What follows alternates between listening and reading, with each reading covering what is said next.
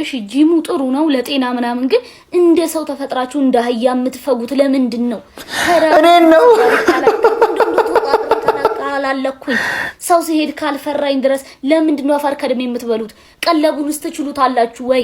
ቸለ ነው አይደለም ያው መቼም አይጎዳችሁም ወይ? 20-30 ደቂቃ ተፍታፍ ካላችሁ ለጤና በቃ 3 ሰዓት ሙሉ እንዴ ምን በወጣችሁ ምን ለጸብ ከሆነ በህግ አምላክ ህግ ይልኝ 3 እነቴን ጸብ ከሆነ በአንድ ጥይት እኮ ታልቃላችሁ። ፈራሽ ናችሁ መስሏችሁ ነው እንጂ ካላላችሁ አይሆን።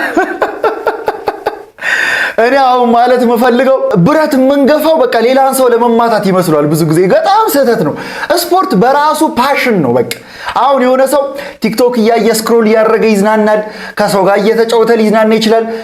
ስፖርት በቃ ቦዲ ቢልደሮች ምናምን ከስፖርታዊ ነገር ጋር የተሳሰሩ ሰዎች ካልሆኑ ሰዎች ስፖርትን ከጤና ባሻገር ለመዝናኛነት በቃ አሁን እኔ ደስ የሚለኝ ብረት መግፋት ነው። በቃ ብረት እየገፋው ደስታለሁ። ተረዳይ። ስለዚህ አሁን ላንቺ ውድ እህቴ ስፖርትን የምንሰራው ለመዝናኛነት ነው። በቃ ያ ይሄ ዴይሊ ሩቲኑ መቀጥቀጣችን፣ ምግብ መብላታችን ምናምን እንደዚህ ማከላችን ማለት ለኛ ፓሽናችን ነው። በቃ